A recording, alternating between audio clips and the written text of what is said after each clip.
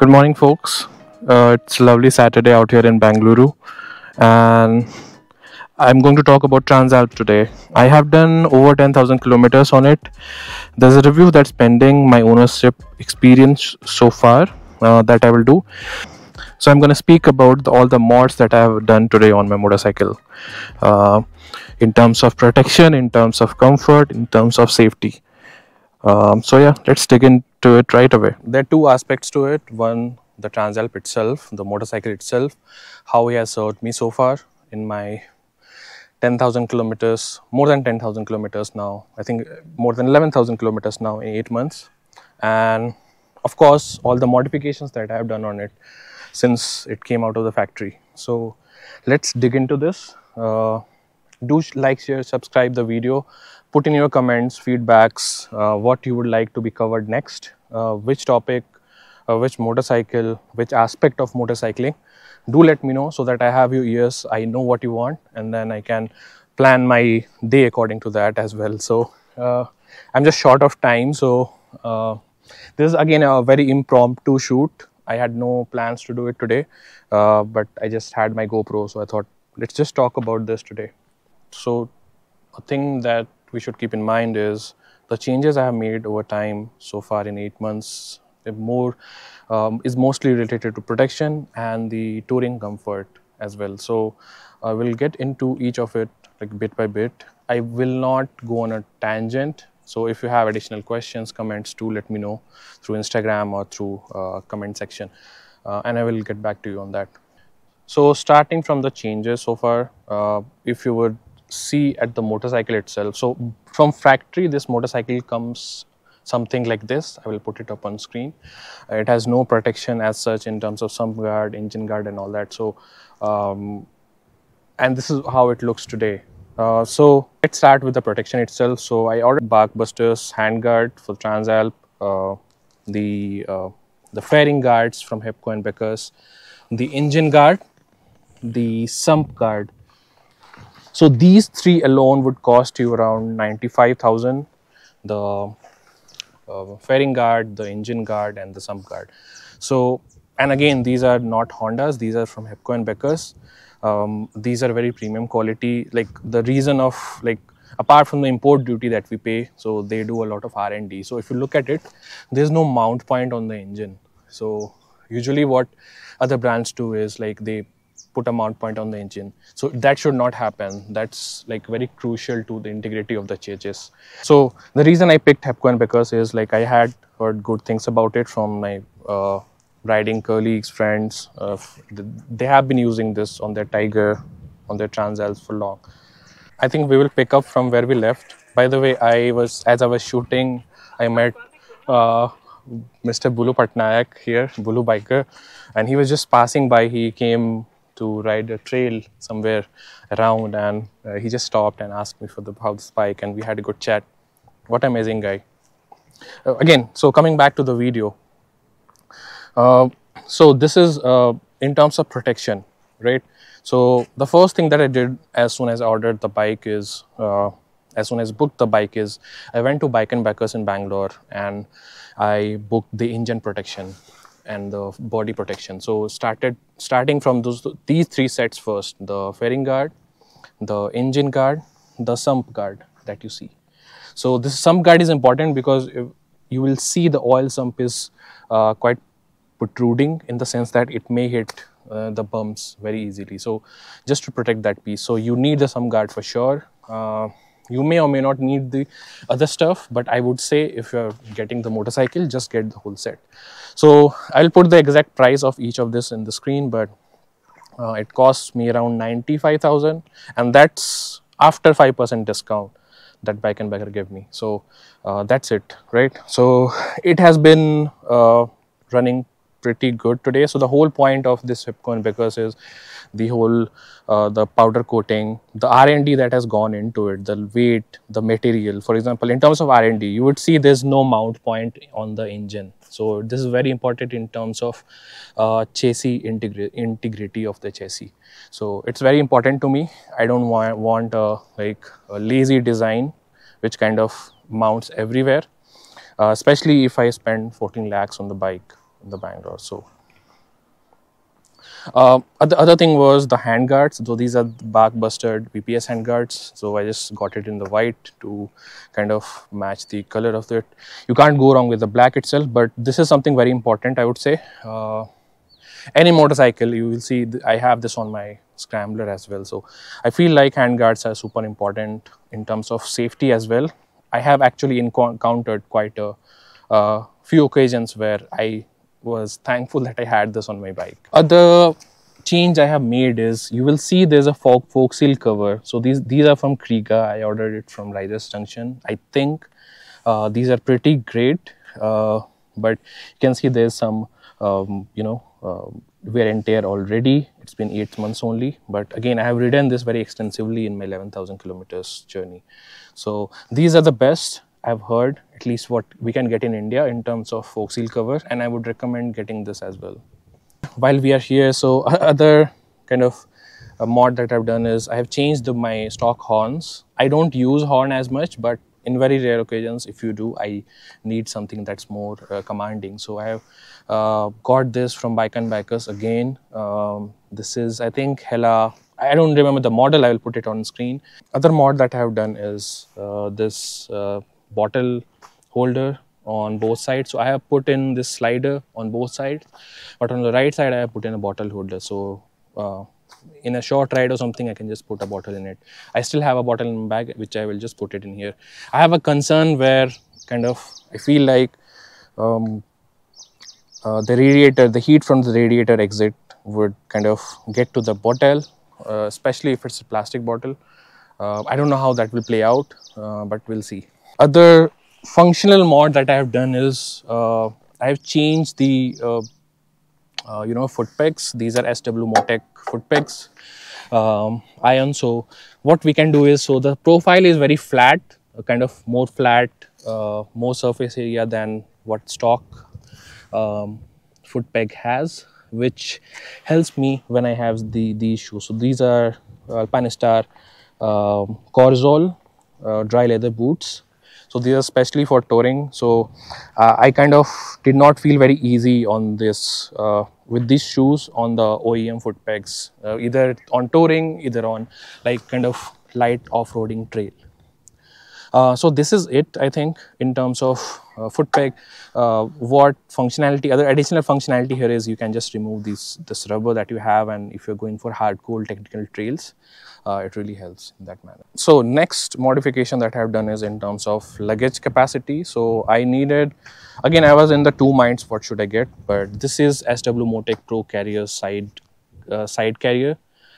So this is from SW Motec, cost me around 27,000 or 28,000 something. I will put the exact number on the screen, but again, I got it from Bike and Bikers. So yeah, these are very handy. So I have not yet got the luggage system for it, so I'm still using kind of a soft saddle bag. I'm in two minds, where should I go for a system that kind of fits directly into it in terms of quick mounting and unmounting, or should I just use a rackless luggage system as well. So yeah, we'll see. On the same note, very early on, when I did not had this, I used to use a top box. I don't remember the brand of the top box, but I went to the a shop in Bengaluru, and I did not want to spend too much at the time again, because I already had spent 1 lakh almost on these three alone. So I just went to, I think I went to Moto Drift. So what happened was, I asked them, hey, I chose the top box, and I said, I want that top box to fit on the motorcycle. So they kind of did a makeshift solution for me. So I don't know, I think they fit two of the these for me. So they somehow drilled it and made sure it's in there. There was, mind you, there was no hole that was drilled into the bike or the rack that is attached to the bike itself. All the holes or anything that was done to the plate that they added. I think these are from Motor Talk. I don't use this anymore. I don't use top box anymore. I don't like using top box. Like, it kind of messes with the center of gravity, especially while I'm touring. So I have moved away from top box. You will never see me using top box, but they are still there. Other mod that I have done is to kind of something I needed for, like, I tour a lot, so I needed a reliable GPS system. So we don't have in India. I did not find any GPS system that could kind of inbuilt GPS system. So I settled with dash cam, which also has GPS. So I ordered this from IoT. So this is IoT 6 C6 Pro. If you need separate video on this, let me know. But this is coming up very handy. The quality is good. The bike and bikers fit it very well. They fitted it very well somehow. You won't feel any extra bias anywhere. So good job there. Again, I needed something. The whole reason I shifted to this is because I used to have a phone. It used to heat up in the heat, and when it rains heavily, it used to mess with the screen. And my phone, my alternate phone, was almost about to die, and it used to heat a lot. So just to get ahead of the problem, I just installed this. I think it's costed me around 15,000 or 16,000. I'll put exact number on the screen. Yeah, so it also comes with dash cam. This whole package. So there's a front dash cam that you will see. There's also a dash cam in the rear. So you can get the normal, you can get the feedback from the dash cam while riding as well. So there's a switch here as well.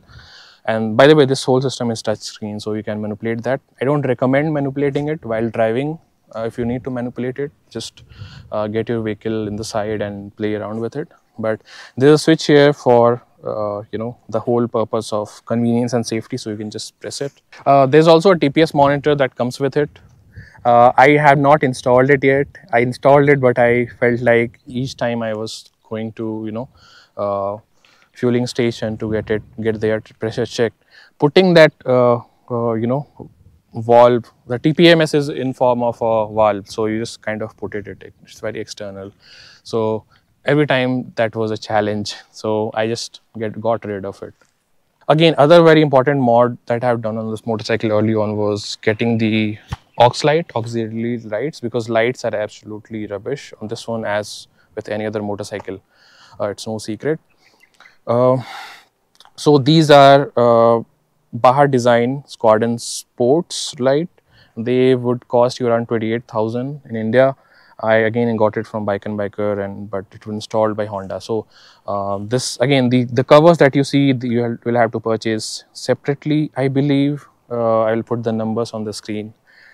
Yeah, I think that's about it. Something I put in very recently was this RAM mount for GoPro. So I needed some alternate POV. I only have one camera, so I thought let's get another mount and just try to switch the POV sometimes. So this is what I got very recently. So this is the recent upgrade. Other upgrade is you get a DC port in here. So I got this DC Pro that you see on the port in here from Amazon, and just I put it into it. Other other change that I've done is I have got this Pro Spec windshield extender. It sits on my windshield right now. For my height, these stock windshields are not enough, but I looked at the GB windshield. It's too tall, like kind of too tall in the way that when it rains, it will become a danger because it's right in your eye line. If you are 6 feet or 6'2", so I don't like that either. So for now I am getting away with this one. I have not tried Honda's OEM touring screen or tall screen, but I need something that can add nice aerodynamics in the side. So for example, in countries outside of India, we have something called wind deflectors that sits in here on the fairing, one on here near the headlight mount on the both sides. So it kind of cuts the wind very nicely and moves it away from your shoulder.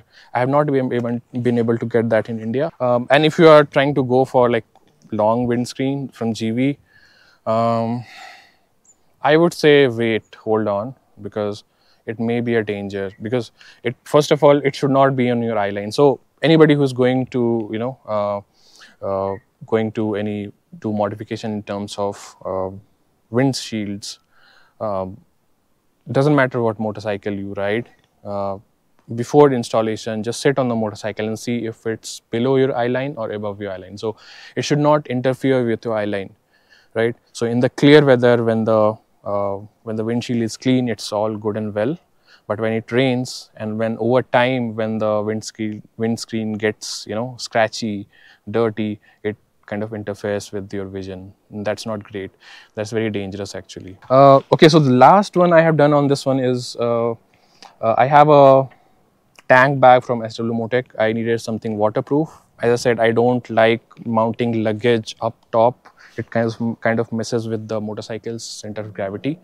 But tank bag is fine because it's still in line with the center of gravity. So I have always felt more comfortable with the tank bag. So I have a SW Motec tank bag, Pro tank bag, and the ring, it just fits right into it. It's all waterproof, works nicely. So two things for the helmet.